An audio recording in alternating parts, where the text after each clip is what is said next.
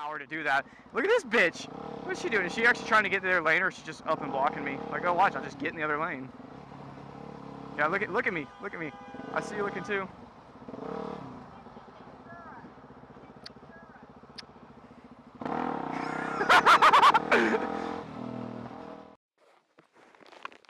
So hot.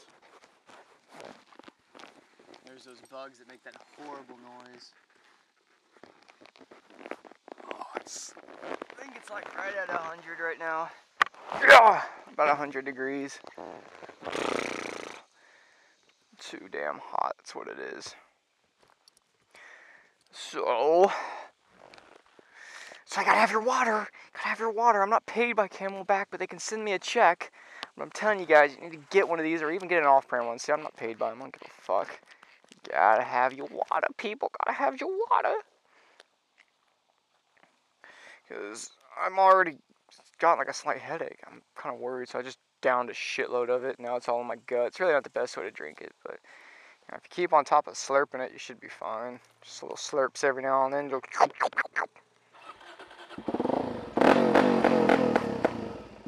Sounds nice. Yeah, it's already warmed up. Don't worry.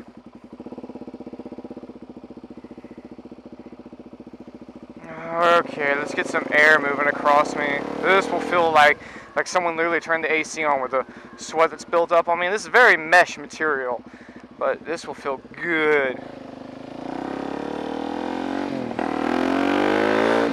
Oh yeah. Oh, this is great. My teacher I went to a motorcycle school with, this KLR. With like 70,000 miles or something ridiculous on it, never been into the engine.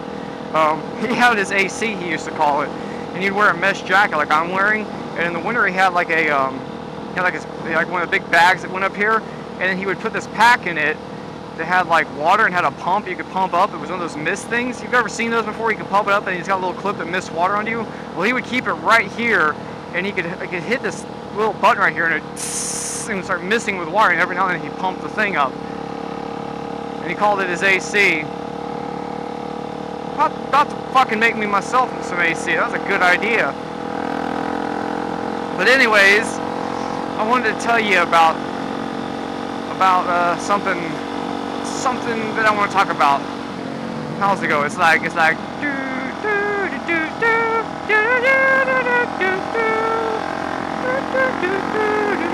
that's Jurassic Park. Remember that song? Dun, dun, dun, dun, dun.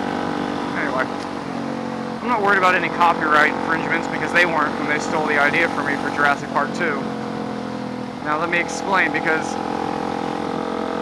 I just want everyone to realize Steven Spielberg ripped me off and he stole the idea from me. Now Jurassic Park, the first one came out, I was in 3rd grade, I remember. It was an epic fucking movie, you know?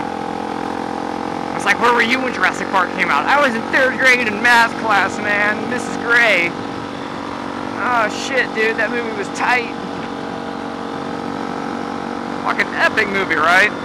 Well, about a year, I guess I was in 4th grade, because I want to say Jurassic Park 2 didn't come out for like 2 years or something, you know? I want to say it was like a year later. Like, I was in, yeah, what are you guys doing? I was in, like a writing class, whichever one it was, and we were asked to write like a book, kind of like a story, you know. Had to be so many pages and this and that, whatever. Had to have a story and a plot and all this shit, because we'd been learning about all that stuff, I guess. So I asked if I could make Jurassic Park 2. They said sure. So I started writing what I was going to make as Jurassic Park 2. So, and maybe, you know, maybe there was, I don't know, hang on, what did I do? I was making sure this truck was starting to straddle that line. I was making sure they weren't about to come over because that car was turning. I was going to go over there, fucking hot dog it in the motocross style. But anyway, so I said about making the story for Jurassic Park 2, and it was like really like detailed for being that great. We like actually had to write like, you know, baseline stories and like, you know, not just like your rough draft and then the final story. Like there had to be like structure and plot and all this shit that was gonna go along, and character lists and all these things. Like It was fairly detailed. So I went about making Jurassic Park 3, or 2. And in Jurassic Park 2, the story was pretty much exactly what happened in Jurassic Park 2. I was a little bits of differences, but these were minor differences. One of them was that instead of it being the Ian Malcolm guy that went back to the island, it was the other guy with the hat, you know, I can't think of his name, the main one from the first Jurassic Park. The story was something like this. There was a team of scientists who were going to go to the island, and they asked him to come along with them as a guide, and he was like, no, I don't want any part in it, you guys are crazy, stay off that island. But they offered him a shitload of money. I think they kind of screwed him over. I had a whole story. It was pretty well put together, I'm not gonna lie, for a fourth grader. So he ended up having to go, and when he gets there, as it turns out, they only want his help to basically figure out where the dinosaurs are going to be and what's the best time to catch them. And they're actually just a group of people there that are really, the main point of them is to get these dinosaurs, cage them up, and take them back to America so they can put them in a museum. And he sees all this, he's like, you guys are crazy, you can't do that, no! And they're like, shut up, man, shut up, scientists, we know what we're doing, you know. Just like the fucking movie really went, but with Ian Malcolm. Why can't I think of that guy's real name? Like, he's a known actor, I only ever know him as Ian Malcolm. Let's go faster. So, anyways, let's get to it. So, I mean, I had the whole thing. And it ended with them taking one big dinosaur back, at least for the first trip, which was going to be the T-Rex. Gotta get the T-Rex. So they get him, they fucking capture him. It's a whole big scene about them capturing him, and it's crazy, and people almost die, and it's scary, and they get him. And so then he's in some big cargo container type shit, just like he was in the thing. Now, as a fourth grader, I wasn't, I guess, good at geography yet. I didn't know where the Galapagos Islands were in the world. So instead of them taking a boat to, I think they went to like San Francisco or Hollywood somewhere. They went there when it was in California. Well, I had them go to the East Coast. They went to New York. So in my story, they end up in New York City. And what happens when they get there? The fucking thing escapes. It's crazy. There's carnage. Motherfuckers are getting eaten and shit. You know, it's badass. Actually, I don't think I had anyone die in mine. I think it was always like close calls, which is how you want it. Like a dog or something get eaten, you know. But no, you know, and you feel sorrow, but you don't. It's not an actual person, you know. You're just like, no. But you'll get over it. You can buy another one. Sounds fucked up. But anyways, so that's what happened there. And then I think it all ended. You know, there was some more dialogue and bullshit. I mean, it was a pretty good amount of pages. It ends with them getting a fucking one of those Jeeps from the first one they had, and they they end up like strapping. I think it was like a cow cartridge, you know, that's like going to be cut up and butchered, you know. Like they tie one of those to the top of the car, and they find the T-Rex, and they get him to chase it, and they chase him all the way back to the boat.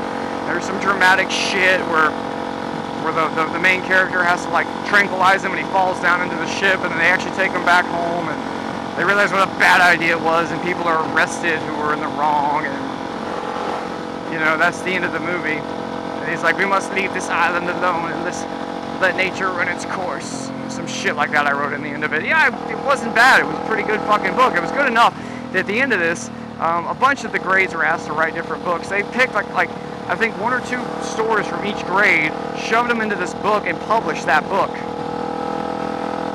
And mine got picked and got published.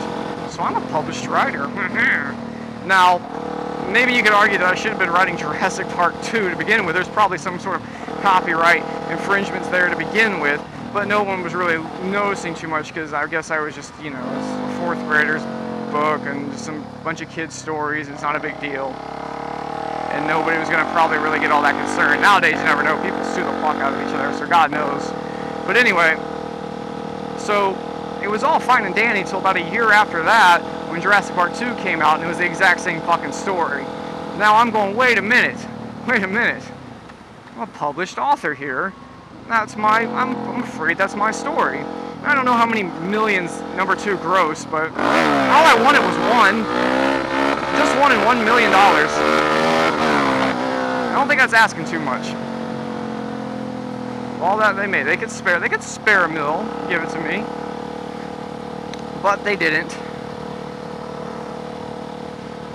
And basically, I guess I was ripped off by Steven Spielberg. Now, I don't know if this is interesting as a vlog. I told this whole story to Spice the other day, and he cracked up. He thought it was funny and told me I need to make it into a video. I don't find it so funny, because I want to be a millionaire. I'm not greedy or nothing. I just don't want to work for the rest of my life and have everything paid for. Is that really that big a deal? I don't think so. So anyway, that's my story about how Steven Spielberg ripped me off and stole Jurassic Park 3 from a 4th grader. No, you know, or Jurassic Park 2, whichever one it is. I probably dreamed 3, asshole. I didn't like crap for like 3 days, right? Like, what the hell is wrong with this shit? I could sell it. This isn't good. It didn't dawn on me that I could. My actual, so like that last, like day 3, I was like, glasses. This is like, started feeling shit.